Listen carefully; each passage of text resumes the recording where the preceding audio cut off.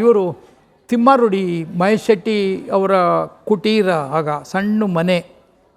ಈಗ ಯಾಕೆ ಹೇಳ್ತಾ ಇದ್ದೀನಿ ಅಂದರೆ ಇವೆಲ್ಲವೂ ಬೇರೆಯವ್ರಿಗೆ ಉಪಯೋಗ ಆಗುತ್ತೆ. ನಾನು ವಿಸಿಟ್ ಕೊಟ್ಟಿದ್ದೆ ಅವ್ರ ಮನೆಗೆ.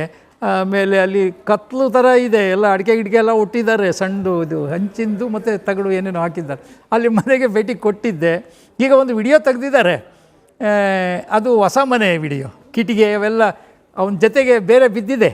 ಹೊಸ ಮನೆದು ಹೊಸದು ವಿಡಿಯೋ ಅದು. ಅದಿರಲಿ ಬಿಡಿ, ನಾನು I am not the man to comment.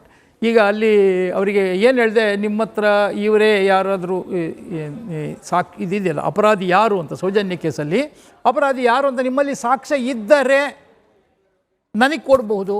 ನನ್ನ ಮೇಲೆ ನಂಬಿಕೆ ಇಲ್ಲದಿದ್ದರೆ ನಾನೇನಾದ್ರು ತೀರ್ಚಿಬಿಟ್ರೆ, ಇವನು ಕೊಟ್ಟಿರೋದು ಆ್ಯಸ್ ಇಟ್ ಇಸ್ ಕೋರ್ಟಿಗೆ ಕೊಡ್ದಂಗೆ ತೀರ್ಚಿಬಿಟ್ರೆ ಅಂತ ಅನುಮಾನ ಇದ್ದಲ್ಲಿ ತಾವು ನೇರವಾಗಿ ಯಾವುದೇ ನ್ಯಾಯಾಲಯಕ್ಕೆ any JMFC can record the 164 statement. So ನೀವು ಹೋಗಿ ಅಲ್ಲಿ ಇಂಥ ನ್ಯಾಯಾಲಯಕ್ಕೆ ಹೋಗ್ತೀವಿ ಅಂತ ನೀವು ನನಗೆ ಫೋನ್ ಮಾಡಿ ತಿಳಿಸಿದರೆ ಸಾಕು. ಆ ನ್ಯಾಯಾಲಯಕ್ಕೆ ಇಂಥವ್ರಿಗೆ ಬರ್ತಾರೆ, 164 ರೆಕಾರ್ಡ್ ಮಾಡ್ಕೊಂಡು ತನಿಖೆಗೆ ನಮಗೆ ಅದರದ್ದು ಸಹಾಯ ಮಾಡಿ ಅಂತೇಳಿ ಜಡ್ಜಿಗೆ ಒಂದು ಅಪ್ಲಿಕೇಶನ್ ಹಾಕ್ತೀನಿ. ಅವರೇ ಡೇಟ್ ಫಿಕ್ಸ್ ಮಾಡಿ ಅವರೇನೇ ರೆಕಾರ್ಡ್ ಮಾಡ್ಕೊಳ್ತಾರೆ.